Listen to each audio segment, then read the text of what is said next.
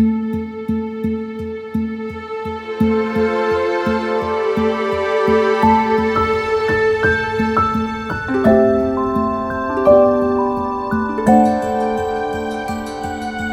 name is Joseph Mutongu and I'm working with Rhino Ark in Eburu ecosystem as a fence and community manager. We've been conserving the animals and trying to stop the conflict between the human and wildlife.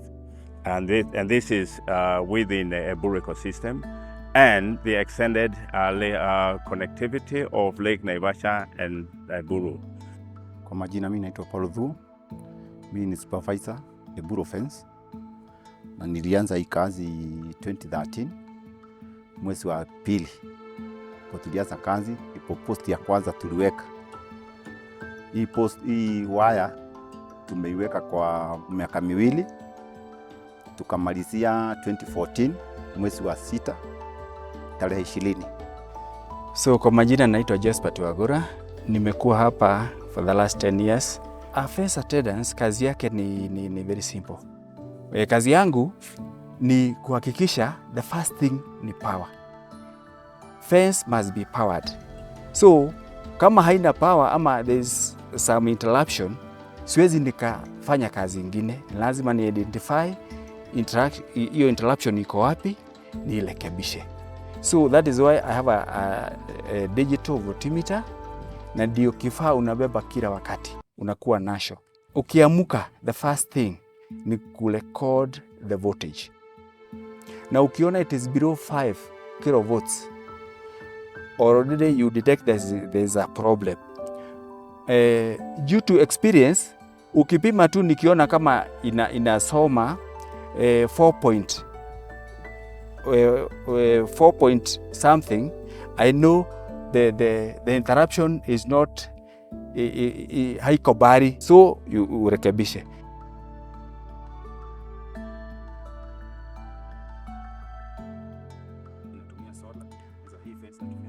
Hii fence, hii moto mnasikia tunasema energizer house.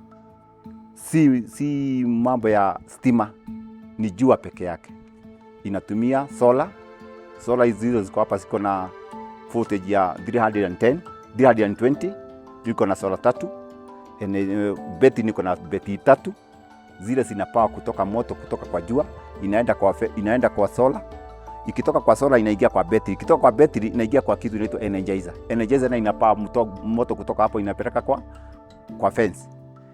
The other thing is you have to maintain the vegetation, because vegetation will also interrupt with the voltage. So you make sure that there are no vegetation that will get to the studs, the wires, the live wires. The other thing why we make sure that there is no vegetation, there is a buffer zone, a 10-meter buffer zone. That area allows that even if there is fire outbreak, especially during the dry spells, the fire cannot cross the other side. So that's why we have a 10-meter buffer zone on both sides of the fence. We have 5 meters on one side and 5 meters on the other side.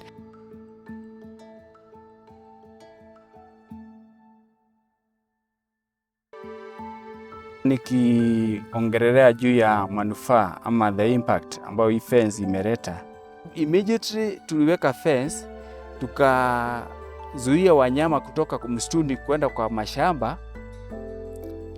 Hata vile tulikuwa tunaendelea, mashamba ilikuwa inalimwa, wanaweka viazi, wanaweka boga, mazao ikawa mingi. Watu wakaanza kuja kutoka bari, wakaanza kukodisha hiyo mashamba.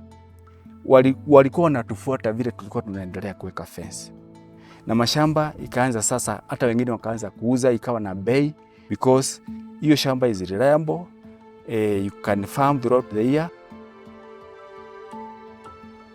Challenges sasa ni utapata wawili watatu wanaingia katika Eburu forest kwenda kutega, collect kuni, lakini wanapita kwa fence. Na wanapita kivipi? Wanaenda wanaweka kitu inaitwa short circuiting. Wanahuku waya, wanashikanisha waya na waya na fence. Inawekwa tuna block moto kupita. Hiyo ndio challenges tunakuwa nazo kama sisi watu ya fence.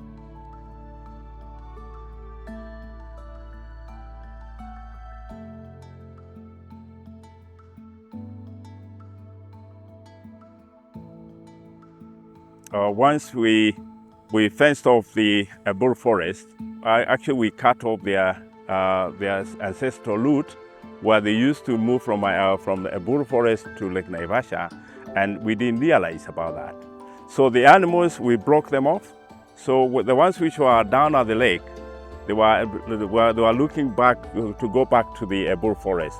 And then the ones which are in the Eburu forest, they were looking to come down to get water into Lake Naivasha, but we broke off with the electric fence.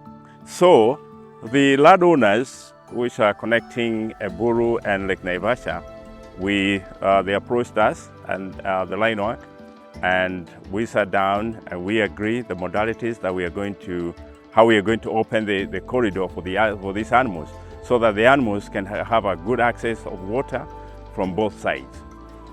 So we were forced to open about 2 kilometers of fence line so that we can create a whole area for the corridor for these animals, so that they can have a free flow from lake to Eburu and Eburu back to Lake Naivasha. But we had lots of challenges whereby after opening that corridor, the Moi North Lake Road was proposed to be tarmacked.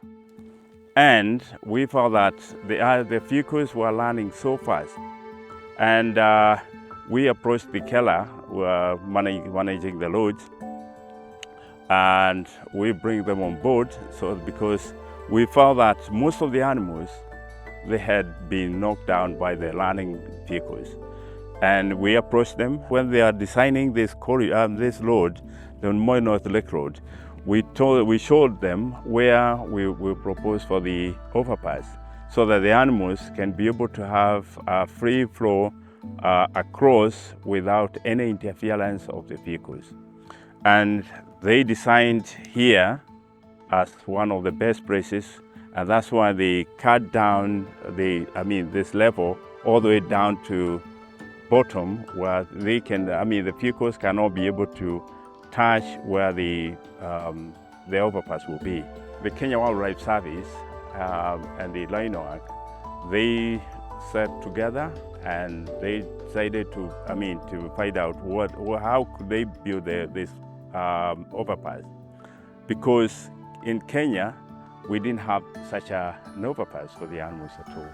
But they approached guys from Canada, because Canada, they are the experts of the overpass for the animals, and they brought them here. They brought the one guy here in Kenya, and actually he came here on site and proposed the site, and he said this is the way it will be done, and he gave out the design to the roads authority, and then the roads authority, they designed this area how the overpass will be, and they did the budget and everything.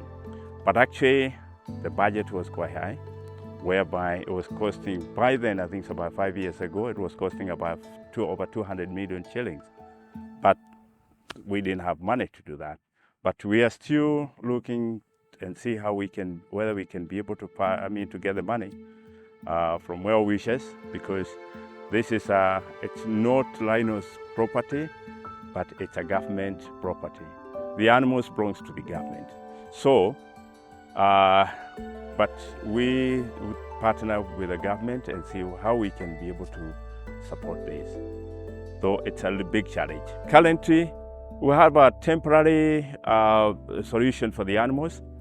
We've created a small area where we have speed bumps, and we open a small area with an electric fence along the road, so that we can create a corridor for these animals to go through.